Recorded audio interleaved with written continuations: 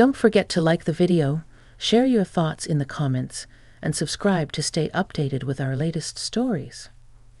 The afternoon sun slanted through the blinds, painting stripes across my living room rug. It was one of those quiet Tuesdays where the loudest sound was the ticking of the grandfather clock in the hall, a sound that usually soothed me, but today felt like it was marking time I wasn't quite sure what to do with.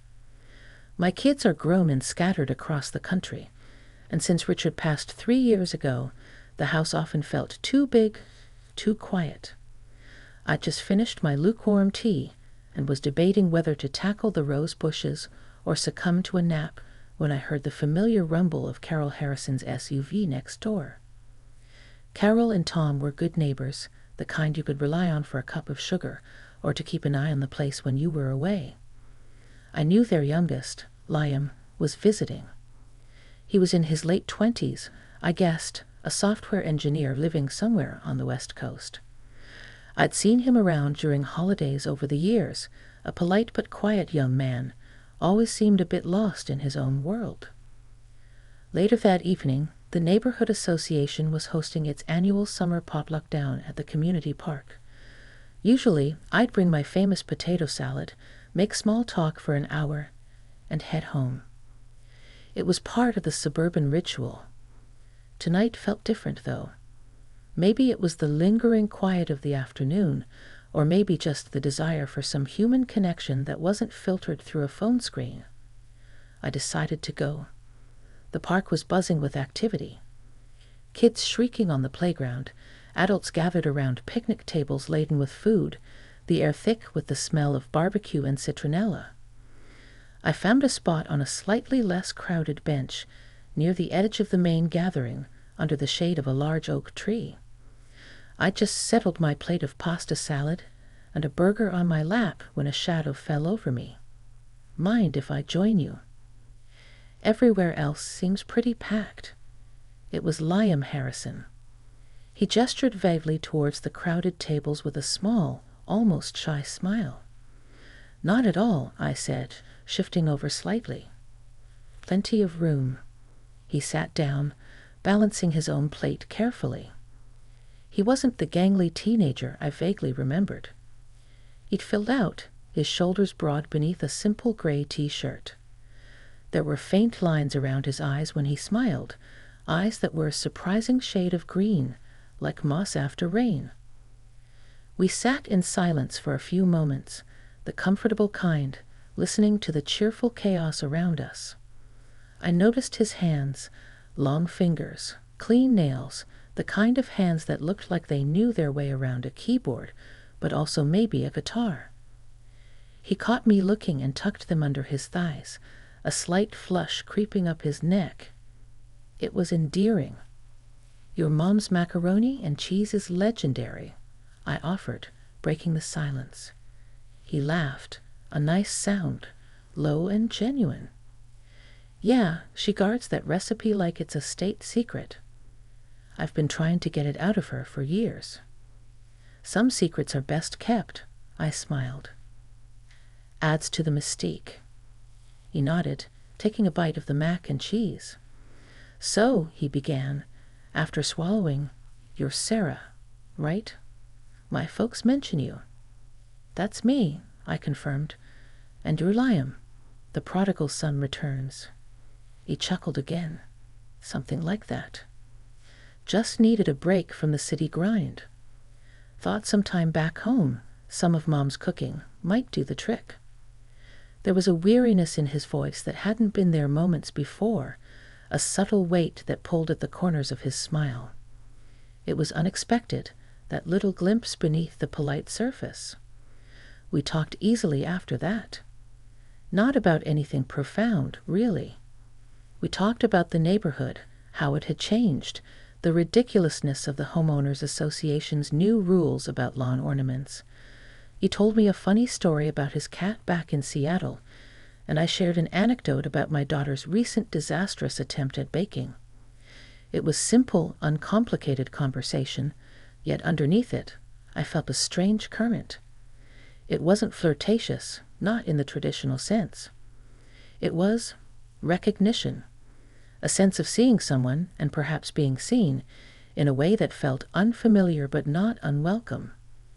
He didn't look at me like I was just his parents' neighbor, a middle-aged woman filling time at a potluck. He looked at me like I was a person, interesting and engaging in my own right. And maybe I looked at him differently too, not just as Carol's boy, but as a thoughtful man with kind eyes and a quiet depth. The sun began to dip lower, casting long shadows across the grass, painting the sky in hues of orange and purple. The crowd started to thin as families packed up coolers and herded tired children home. Liam made no move to leave, and neither did I. He started talking about his job, the pressure, the feeling of being a small cog in a giant machine. It wasn't a complaint, more of a quiet musing. "Sometimes I wonder what it's all for, he said, looking out towards the darkening playground. "You build these complex systems, these intricate lines of code, but does it actually matter?" It was a question I'd often asked myself, especially in the quiet hours since Richard was gone. What was the point of the neatly folded laundry, the meticulously weeded garden, the perfectly balanced checkbook? "I think," I said slowly, choosing my words carefully, "that finding meaning is less about the grand scale and more about the small connections. The code you write connects people, helps them communicate, learn, maybe even just escape for a little while. That matters." He turned to look at me, his green eyes searching mine in the fading light. "You think so?" "I do," I affirmed, "just like this conversation. It's not changing the world, but perhaps it's making this little corner of it feel a bit less lonely for a moment." "That matters too." A slow smile spread across his face, reaching his eyes this time. "Yeah," he breathed out. "Yeah, I guess it does." We sat there as dusk settled completely, the first stars beginning to prick the twilight sky. The air grew cooler, carrying the scent of cut grass and damp earth. The easy silence returned, but this time it felt charged, filled with unspoken understanding. It was the feeling of finding an unexpected harbor in a quiet conversation under an old oak tree. The next few days passed in a pleasant, slightly altered rhythm. I saw Liam around, walking his parents' ancient golden retriever, fiddling with the engine of his dad's old pickup truck, or just sitting on their porch swing with a laptop. We'd exchange waves, sometimes chat for a few minutes over the fence about the weather or the stubborn crabgrass invading my flower beds. Each small interaction felt like adding another brushstroke to a painting I hadn't known I was creating. There was an ease between us, a lack of pretense that was refreshing. One sweltering afternoon, I was struggling with a heavy bag of mulch in my front yard, the plastic digging painfully into my fingers. Suddenly, Liam was there, jogging across the lawn. "Need a hand with that, Sarah?" he asked, already reaching for the bag. "Oh, Liam, thank you." "This stuff weighs a ton," I puffed, grateful. He lifted it easily, carrying it over to the rose bushes I was working on. "No problem at all. Looks like you're putting in some serious work here." "Trying to," I sighed, wiping a bead of sweat from my forehead. "These roses are needier than my kids were as toddlers." He laughed, setting the mulch down gently. "My mom says the same thing about her azaleas." He lingered, leaning against the oak tree that shaded my yard. "Actually," he said, looking down at his hands, then back up at me, "I was wondering. I'm trying to troubleshoot a weird bug in this personal project I'm working on, and honestly, talking it through sometimes helps. My parents' eyes just glaze over when I mention code. Would you? I mean, you don't have to, but would you mind just listening for a bit? Sometimes just explaining it out loud makes the solution appear." I was surprised, but also touched. "I know absolutely nothing about code, Liam," I warned him, smiling. "But I'm a very good listener. Pull up some lawn." He grabbed one of the plastic Adirondack chairs from my porch and sat opposite me under the tree's dappled shade. He opened his laptop, the screen casting a faint glow on his face. He started explaining, using analogies I could understand, comparing lines of code to recipes, functions to specific kitchen tools. He spoke passionately, his initial shyness replaced by focused enthusiasm. I didn't understand the technical details, of course, but I understood the frustration in his voice when he described the glitch, the intellectual challenge he was grappling with. I listened intently, asking occasional, probably naive, questions, trying to follow the logic he laid out. He never made me feel stupid for not getting it. He just patiently rephrased or found a different analogy. After about 20 minutes, he suddenly stopped, looked at his screen, typed furiously for a moment, and then leaned back with a sigh of relief. Wait a second. I think, yes, that's it. Talking about the user input sequence, you asking why it needed that specific validation right asterisk there asterisk. It made me realize I'd put it in the wrong module entirely. He looked up at me, a wide, incredulous grin spreading across his face. Sarah, you're a genius. I laughed, shaking my head. Hardly. I just asked a question. No, but you listened, he insisted, his eyes bright. Really listened. Nobody does that anymore, not really. Everyone's just waiting for their turn to talk or checking their phone. He closed the laptop. Thank you. Seriously. Any time, I said sincerely. Though I can't promise I'll have any useful input next time. Just listening is useful, he repeated softly.